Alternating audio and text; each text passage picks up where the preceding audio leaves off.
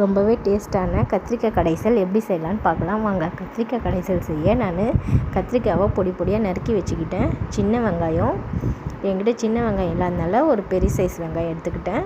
2 பெரிய சைஸ் தக்காளி பழமாக, ஒரு 4 பச்சை மிளகா, அவ்வளோதாங்க. நம்ம அரிஞ்சு வச்ச வெங்காயம், தக்காளி, கத்திரிக்காய், பச்சை மிளகா இது எல்லாத்தையும் குக்கரில் போட்டுக்கலாங்க. ஃபஸ்ட்டு எல்லாத்தையும் ஒன்றாவே போட்டுக்கோங்க. குக்கரில் போட்டு அதில் கொஞ்சம் மஞ்சத்தூள் போட்டு தேவையான அளவு தண்ணி ஊற்றுங்க. தேவையான அளவு தண்ணி ஊற்றி ஒரு 3 விசில் வரைக்கும் விடுங்க. 3 விசில் வந்ததுக்கப்புறமா நல்லா வெந்துடும்.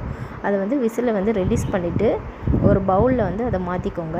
அதில் தண்ணி இருக்கும். அந்த தண்ணியை வடிகட்டி கீழே ஊற்றாதீங்க. அதையும் ஒரு பவுலில் எடுத்து வச்சுக்கோங்க. அந்த கத்திரிக்காய் கடைசலை நல்லா கடைஞ்சி எடுத்துக்கோங்க. மத்தால் நல்லா கடைஞ்சி எடுத்துக்கிட்டு அதில் மீந்த தண்ணியும் ஒரு ஓரமாக வச்சுடுங்க.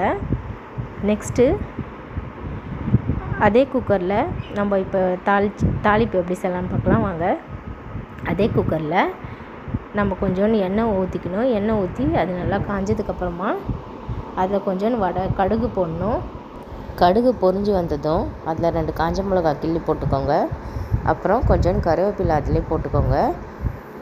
போட்டுட்டு நல்லா கடுகு மிளகாய்லாம் பொரிஞ்சு வந்ததுக்கப்புறமா நம்ம செஞ்சு வச்ச அந்த கத்திரிக்காய் கடைசிலையும் மீதமுள்ள தண்ணி எடுத்து வச்சோம் இல்லைங்களா, அதையும் அதில் ஊற்றி ஒரு கொதி விட்டு இறக்கிடுங்க.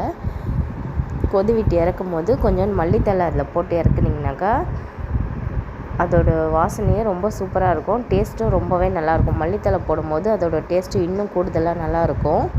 இதை ஒரு தடவை வீட்டில் ட்ரை பண்ணி பாருங்கள். நான் ட்ரை பண்ணி பார்த்தேன். வீட்டில் எல்லாேருக்கும் ரொம்பவே பிடிச்சிருந்துச்சி. ஃபஸ்ட் டைம் ட்ரை பண்ணேன். ரொம்பவே எல்லாேருக்கும் பிடிச்சிருந்துச்சி. அதனால் நீங்களும் ஒரு தடவை வீட்டில் ட்ரை பண்ணி பாருங்கள். இந்த வீடியோ உங்களுக்கு பிடிச்சிருந்தா மறக்காமல் லைக் பண்ணுங்கள், ஷேர் பண்ணுங்கள், கமெண்ட் பண்ணுங்கள். நம்மளுடைய சேனலை சப்ஸ்கிரைப் பண்ணுங்கள் ஃப்ரெண்ட்ஸ்.